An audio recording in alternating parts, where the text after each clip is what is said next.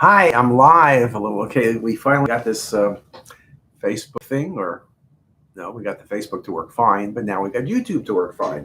So, hi, I'm Elliot Fishman, and welcome to Thursday, November 3rd. This is our YouTube chat for today. I'm in my office. I hope everyone's doing well. It's November, but it feels more like October, warm weather everywhere.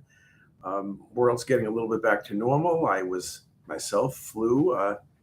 Spoken a meeting in Las Vegas, CSI course, and spoken a meeting at the UCSD course in San Diego. I think I saw two people with masks on in the total of 6 days. So I guess that's somewhat positive. Um, this month is November. I know you know that. And November is Pancreatic Cancer Month. So I thought I would take this opportunity to talk to you a little bit about pancreatic cancer. In fact, I'm giving a talk tomorrow at a pancreatic symposium in New York from Northwell Hospital. I'll be remote, unfortunately, but about early detection or earlier detection of pancreatic cancer. So let me kind of talk about a few things. We all are working hard, many institutions around the world, not just the US, not Hopkins, not Stanford, not Harvard, not MIT.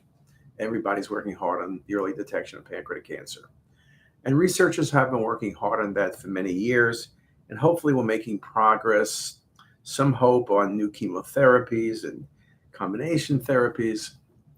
But the reality is detection of pancreatic cancer needs early detection because surgery is the only cure. Although we're up to a little more than 10% survival by SEER data of pancreatic cancer, stage 1 disease is at 70%. What if we could pick up stage 1? We would save a lot of people.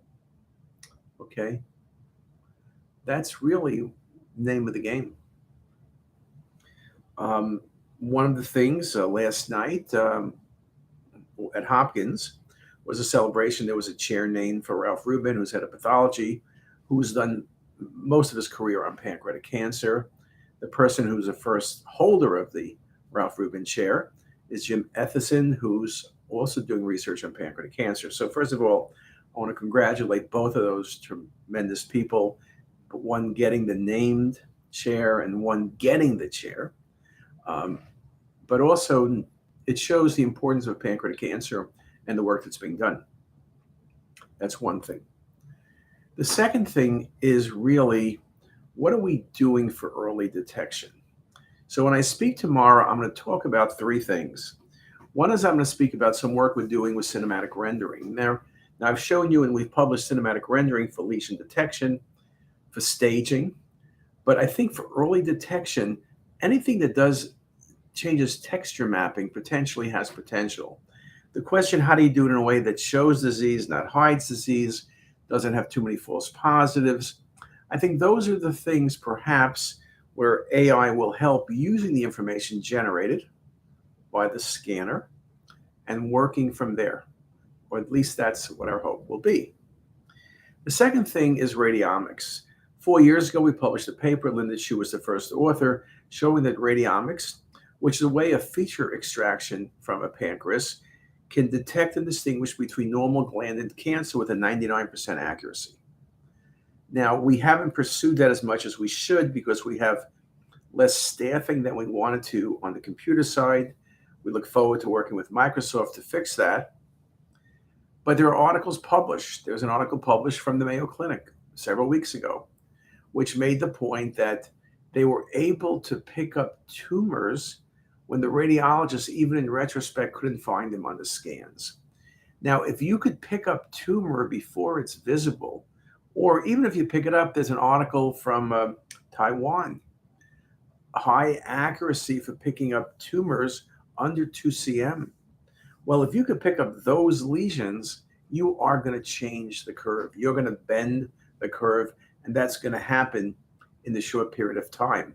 The work from Mayo and the work from the group in Taiwan was spectacular work, really, really encouraging of what can be done.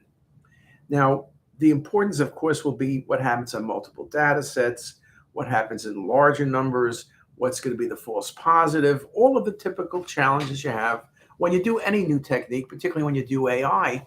But I think all of us are excited about those possibilities, and they're coming now. We've done work at Hopkins with AI, again, in the high 90% range. Again, everyone's problem is limited data sets, though in Taiwan they had multiple hospitals, which was somewhat unique. Mayo, which often has multiple hospitals and a lot of cases. So there's a lot going on, many, many places. So this idea about what is coming along and what can happen indeed becomes very exciting. In this cancer month, November, as we celebrate pancreatic cancer and celebrate those who have died, those who have survived, and trying to end this terrible disease. And maybe we're not going to stop it, we never will, but can we make it a treatable disease? I like that term of a treatable disease. And maybe we can do it without the need for extensive surgery. But if surgery is necessary, the great surgeons around, whether it's a Chris Wolfgang at NYU, a Jin He, or Rick at Hopkins, or it's a Charlie O at Penn, or Keith Lillimo at Mass General, and you can name all of the people. There's great surgeons everywhere, but surgeons are only as good as the data. So it's our job to create and detect cancer before it spreads. Once it spreads, you can give chemo, you can give radiation, we can make borderline resectable into resectable, sometimes borderline or under resectable into resectable, but those are rare cases. You can do all sorts of things like Appleby procedures, really extensive surgery. But again, how much impact is always going to be the question. And the way to make an impact on a disease that's killing more than 60,000 people a year is really on the early. So earlier detection, but earlier detection really is the key. And I'll speak about that tomorrow, recognizing that we are making headway, but we're not making it fast enough. I think things like HIPAA, the lack of sharing of data become problematic. I think you're going to need to have a way of sharing data. Maybe it's a government, I always hate the government thing, but maybe it's a third party that says, hey, we're going to control all the data. We're going to look at it. Maybe it's the insurance companies that say, look, we need to cure people. We need to get the data. So the researchers will randomize it, will anonymize it, will HIPAA comply it. Our patients have no problem saying they would share their data if they knew it would help them, or maybe with family members, as pancreatic cancer can be resectable, or even a total stranger, anything that can bring things about. So I think in this month of pancreatic cancer, you're going to hear a lot about the purple. You'll hear from Lustgarten Foundation, which is a wonderful cause who supported our work for the past 5 years. You'll hear from Pancreatic PanCan. You'll hear from many different organizations. Not so much that they're looking for money, but you're going to hear from them as how they're supporting work that will hopefully change what's going on. It's a miserable disease. It affects families. It affects younger people and older people. It's just a sad disease.